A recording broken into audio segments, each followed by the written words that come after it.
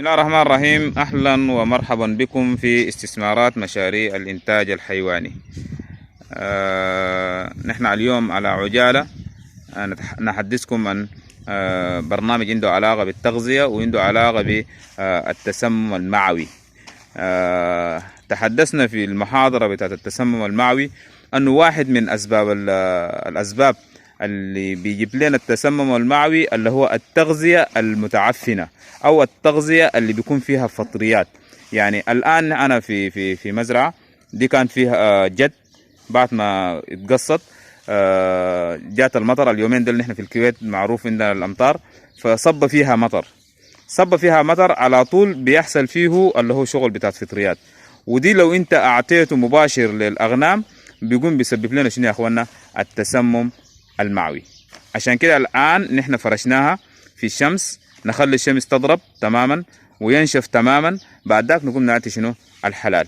فدي واحد من الأسباب اللي بيسبب لنا التسمم المعوي. نحن لما ذكرنا قلنا التسمم المعوي عنده أسباب. حتى لو انت مثلا طعمته تمام، طعمته وما درت بالك من الأسباب الزي دي، على طول بيجيك شنو يا اخوانا؟ التسمم المعوي. عشان كده في ناس كتار جدا بيتصلوا علينا يقول لنا يعني، او يكون عنده مشكله بتاع التسمم معوي، لما تتحدث معه يقول لك انا طعمته. طيب انت طعمت فعلا، ولو ما عملت اللي هو كنترول للاسباب اللي بيجيب لك التسمم المعوي او التسمم الدموي، شنو يا اخوانا بيجيك؟ زي شنو يا اخوانا؟ المثال لها اللي هو بالنسبه للبهم الصغار. نحن قلنا البهم الصغار خاصه لما يكون عمر اسبوع واسبوعين لغايه شهر، مرات كتير بيكون عندها دراك او بيكون فيها شنو يا اخوانا؟ اسهال. لما يكون عنده اسهال، والاسهال دي مرات بتكون شنو يا اخوانا؟ ناتج من الحليب الزايد، ومرات بتكون اسهال بكتيري. وقلنا عشان انت تفرز بين الاسهال البكتيري والاسهال الناتج من اللي هو الحليب الزايد، قلنا دائما الاسهال اللي بتكون بتاع الحليب الزايد بيكون مشكلته شنو يا اخوانا؟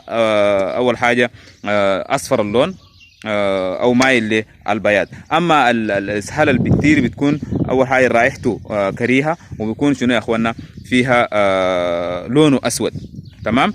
طيب دي شنو اللي هو وجه الشبه بين الكلام اللي قاعدين نتكلم عنه اللي هو التسمم المعوي والاسهال، اللي هو اذا كان الاسهال ناتج اصلا من حليب زايد. لو كان الحليب زايد هي العامله الاسهال، وانت بقيت قاعد تعطيه الاثار دي او اي دواء من الادويه بتاعت الاسهال، ما يعني ممكن توقف الحليب، لكن اللي بيحصل شنو؟ انه يحصل لها مشكله بالداخل، لانه انت اصلا ما وقفت السبب اللي جابت الاسهال، وفي نفس اللحظه اعطيته الدواء.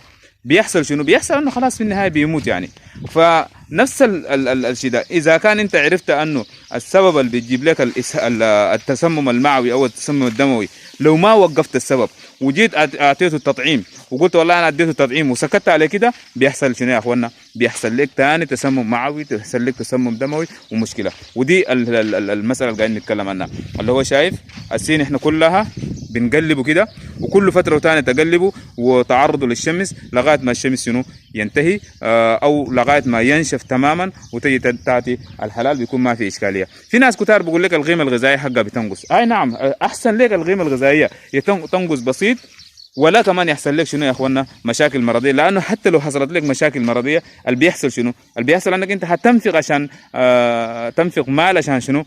تعالج المشكله دي، او في نفس اللحظه انت هتفقد لك بالنفوق ولا بالمساله دي. فدي اجراء صحيح جدا انك انت تعرضه للشمس وتخليه الشمس يضربه تماما، وكل فتره وثانيه تقلبه زي ما شايفين الشاب ده شغال يقوم يقلب، يعني كل فتره وثانيه يجي يقلب لغايه ما يتاكد تماما انه شنو؟